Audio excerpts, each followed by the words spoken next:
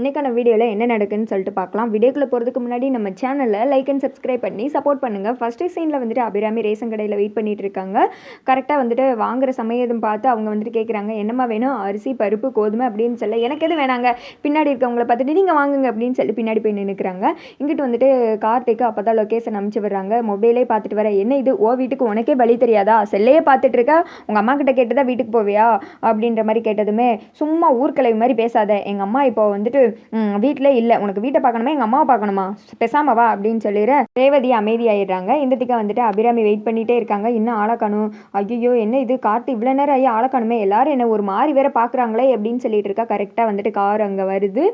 உள்ளேருந்து வந்துட்டு ரேவதி கார்த்தி 2 பேருமே வராங்க. அதை பார்த்தது அபிராமி ரொம்ப சந்தோஷப்படுறாங்க. என்ன இது ரேஷன் கடையில் நிற்கிறாங்க அப்படின்னு சொல்ல, நாங்களே ரொம்ப ஏழைங்கள், இதில் கிடைக்கிற அரிசி, பருப்பு, கோதுமை வச்சு தான் சாப்பிட முடியும் அப்படின்னு சொல்லிட்டு கார்த்தி அப்படியே நடிச்சுக்கிட்டு இருக்காரு. அப்புறமேட்டு உள்ள அபிராமியை பார்த்ததும் ரொம்ப சந்தோஷப்படுறாங்க ரேவதி. அத்தை என்னத்தை ரேஷன் கடையில் நின்றுட்டு இருக்கீங்க அப்படின்னு கேட்க, ஆமாம்மா இதில் வர்ற அரிசியை வச்சு தான் நாங்கள் சாப்பிட்டுட்டு இருக்கோம், எங்களால் வந்துட்டு வெளியில் கடையிலலாம் அரிசி வாங்க முடியுமா அப்படின்ற மாதிரி சொல்ல, அத்தாடி அத்தா இதான் ஏழை இந்தியா பெர்ஃபார்மன்ஸா அப்படின்னு சொல்லிட்டு கார்த்தி மனசில் நினச்சிக்கிறாங்க. அப்புறமேட்டி சேலையெல்லாம் கொடுக்குறாங்க. அதை பார்த்து அபிராமி ரொம்ப சந்தோஷப்படுறாங்க.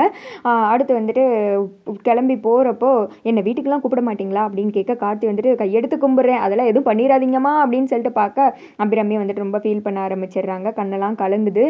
அத்தை உங்களை பார்க்கும்போது எனக்கு வேற்றாள் மாதிரியே தெரியல, ஏதோ எனக்கு நெருக்கமானவங்க மாதிரி தெரியுது அப்படின்னு சொல்லிட்டு ஃபீல் பண்ணி சொல்கிறாங்க. எப்படிமா இல்லாமல் இருக்கும், நீ தாம்மா என் அண்ணன் பொண்ணு, அதனால தான் உனக்கு மனசில் அப்படி தோணி இருக்குது அப்படின்னு சொல்லிட்டு அபிராமியை நினச்சிக்கிறாங்க.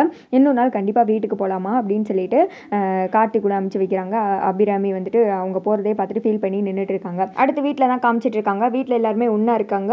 அப்போ வந்துட்டு சாமுண்டீஸ்வரி இவங்க சொல்கிறாங்க, என்னங்க நாளைக்கு மலை கோயிலுக்கு போகணும், ஞாபகம் இருக்குல்ல அப்படின்னு சொல்ல, ஞாபகம் இருக்குமா அப்படின்றாங்க. அதுக்கு தேவையான பொருளெல்லாம் ரெடி பண்ணி வச்சுருங்க அப்படின்னு சொல்லிட்டு டிரைவரே ரெடியாக இருக்க சொல்கிறாங்க கார்த்தியையும். அதை வந்துட்டு நம்ம திமிரு பிடிச்ச பொண்ணு பார்த்துடுறாங்க. பார்த்ததுமே, ஆஹா இவர் கூட நம்மளும் போகணும் அப்படின்னு சொல்லிட்டு, அம்மா நானும் வர்றேம்மா அப்படின்னு சொல்ல, நீ எதுக்கு அங்கெல்லாம் வேணாம் அப்படின்றாங்க. ரேவதியும் சும்மா இருக்காமல், ஆமாம்மா நாங்களாம் வீட்டிலே தானே இருக்கோம், வர்றோம்மா அப்படின்ற மாதிரி சொல்கிறாங்க. இதை பற்றி இனிமேல் யாரும் பேச வேணாம் அப்படின்னு சொல்ல அவங்க ஹஸ்பண்டு சொல்கிறாங்க, சரிம்மா வரட்டும் பாவம் தானே அப்படின்ற மாதிரி சொல்லிட்டு இங்கிட்டு வந்துட்டு மருமகனை பார்க்குறாங்க. மருமகன் வந்துட்டு சொல்கிறாங்க, கல்யாணம் ஆன நாள்லேருந்து இங்கே வாக்கப்பட்டு வந்த காலத்துலேருந்து நான் இங்கேயே தானே சும்மா இருக்கேன், பொண்டாட்டி கூட பேச முடியுதா, செய்ய முடியுதா, பழக முடியுதா அப்படின்னு சொல்ல, என்ன மாப்பிள்ள புலம்புறீங்க அப்படின்னு சொல்ல, அதெல்லாம் ஒன்றும் இல்லைத்த, எல்லாரும் போனால் நல்லா இருக்குமேன்னு சொல்கிறேன் அப்படின்றாங்க. இனிமேல் இதை பற்றி வந்துட்டு யாரும் பேச தேவையில்ல, நான் சொல்லிட்டேன், நாங்கள் மட்டும்தான் போகிறோம் அப்படின்னு சொல்லிட்டு விறுவிறுன்னு உள்ளே போகும்போது அவங்க தங்கச்சிக்கிட்ட பூஜை சாமான்லாம் ரெடி பண்ணி வச்சிருன்னு சொல்லிட்டு கிளம்பிடுறாங்க. டிரைவர் பூஜை சாமான்லாம் வந்துட்டு பூஜை ரூமில் இருக்குது, எடுத்து காரில் வச்சுருங்க அப்படின்னு சொல்ல, எதுக்கு அவர் வைக்கணும், மாமா எடுத்து வைப்பார் அப்படின்னு சொல்ல, ஆகா இதுதான் வந்துட்டு நம்மளை ஆப்பிடிக்கிற டைம் ஆகுது அப்படின்னு சொல்லிட்டு மாப்பிள்ளை வந்துட்டு அப்படியே முறைச்சி பார்த்துக்கிட்டு இருக்க.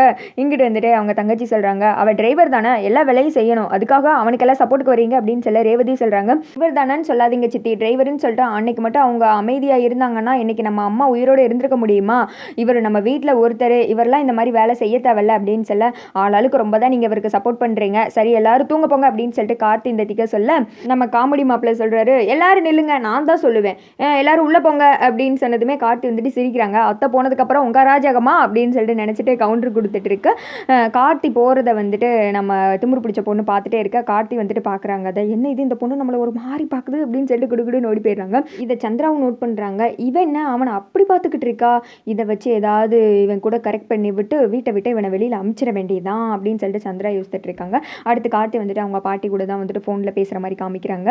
பாட்டி வந்துட்டு சொல்லுப்பா பேராண்டி எப்படி இருக்கா, நல்லா இருக்காங்களா, என் பையெல்லாம் நல்லா இருக்காங்களா, பேத்தியெல்லாம் நல்லா இருக்காங்களா அப்படின்னு சொல்லிட்டு விசாரிக்கிறாங்க. இங்கே பாருங்கள் பாட்டி, நேற்று இவங்க வீட்டில் என்னென்ன நடந்துச்சுன்னு சொல்லிட்டு எல்லாத்தையும் என்கிட்ட சொன்னாங்க, ஃப்ளாஷ்பேக்கு, அதை கேட்டது எனக்கு உங்கள் மேலேயும் தாத்தா மேலேயும் கொஞ்சம் கோவம் தான், தாத்தா அன்றைக்கி யோசித்து முடிவெடுத்துருந்தா இன்றைக்கி இவ்வளோ தூரம் பிரச்சனை வளர்ந்துருக்காதுல அப்படின்னு சொல்ல, அதுக்கு தானே எங்கள் பெத்த பிள்ளையை வந்துட்டு 30 வருஷமாக பிரிஞ்சு நான் கஷ்டப்படுத்திட்டு இருக்கேன், அதுவும் அவளுக்கு போதலையா அப்படின்னு சொல்ல, சரி 2 பக்கம் மாற்றி மாற்றி பேசி ஒன்றும் ஆக போகிறது கிடையாது, நாளைக்கு அவங்க மலை கோயிலுக்கு வராங்க, நீங்களும் வாங்க, உங்கள் மனசை இறங்கி அவங்ககிட்ட மன்னிப்பு கேளுங்க, இதுக்காக நீங்கள் கொஞ்சம் இறங்கி வரணும் பாட்டி அப்படின்னு சொல்ல, இதுக்கு ஏன்பா நீ தயங்குற, 30 வருஷம் வந்துட்டு வாழ்க்கையே வீணாக போச்சு, இப்போ இனிமேல் இறங்கி வந்தால் என்ன வரலன்னா என்ன, நான் வந்துட்டு அவங்ககிட்ட மன்னிப்பு கேட்க தயாராக தான் இருக்கேன், எனக்கு இதில் எந்த ஒரு கௌரவ பிரச்சனையும் கிடையாது அப்படின்னு சொல்லிடுறேன், ரொம்ப தேங்க்ஸ் பாட்டி அப்படின்றாங்க. அடுத்த நாள் காலையில் வந்துட்டு எல்லாருமே கிளம்பி ரெடி ஆகிட்டு இருக்கேன். இந்த திக்கு வீட்டில் சாப்பிட்டுட்டு இருக்காங்க. அங்கிட்டு வந்துட்டு பாட்டி காரில் வந்துட்டு இருக்காங்க. கூட ஒரு லேடி வராங்க. அம்மா இன்னைக்கு உங்கள் பையன் வருவாங்கன்னு நினைக்கிறீங்களா அப்படின்னு சொல்ல, கண்டிப்பாக வருவான், என் பேரை வந்துட்டு என்றைக்குமே சொன்ன விஷயத்தை காப்பாற்றுறவன், அவங்ககிட்ட ஒரு விஷயத்த சொன்னால் முடிச்சிருவான், அவன் சொன்னான்னா சரியாக இருக்கும், கண்டிப்பாக என் பையன் வருவான், 30 வருஷம் என்ன பிரிஞ்சிருக்கான், அப்போ அவர் உங்களை நினைப்பாரா அப்படின்னு சொல்ல, கண்டிப்பாக என்ன நினச்சிக்கிட்டு இருப்பான் அப்படின்னு சொல்லிட்டு இங்கிட்டு பாட்டி புலம்பிட்டு வராங்க.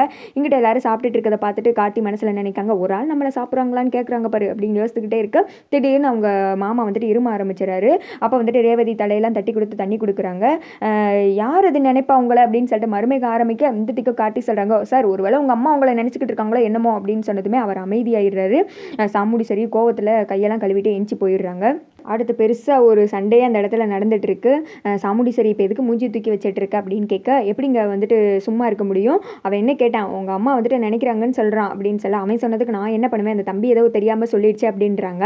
அது எப்படி வந்துட்டு தெரியாமல் சொல்லுவான், சரி அவன் தெரியாமல் சொல்கிறான் சொல்லாமல் இருக்கான் அது எனக்கு பிரச்சனை கிடையாது, அவள் சொல்லும்போது அப்படிலாம் இல்லை நீங்கள் சொல்லணும்ல உங்கள் வாயை திறந்து, அப்போ நீங்கள் உங்கள் அம்மாவை நினச்சிட்டு தான் இருக்கீங்களா, மூஞ்சிக்கு நேரம் சொல்லுங்கள் அப்படின்னு சொல்ல, ஆமாம் அப்படின்னு சொல்கிறாங்க. அதை கேட்டு சாமுடி சரி ஷாக் ஆகுறாங்க. அதோட பார்த்தீங்கன்னா வீடியோ முடிஞ்சு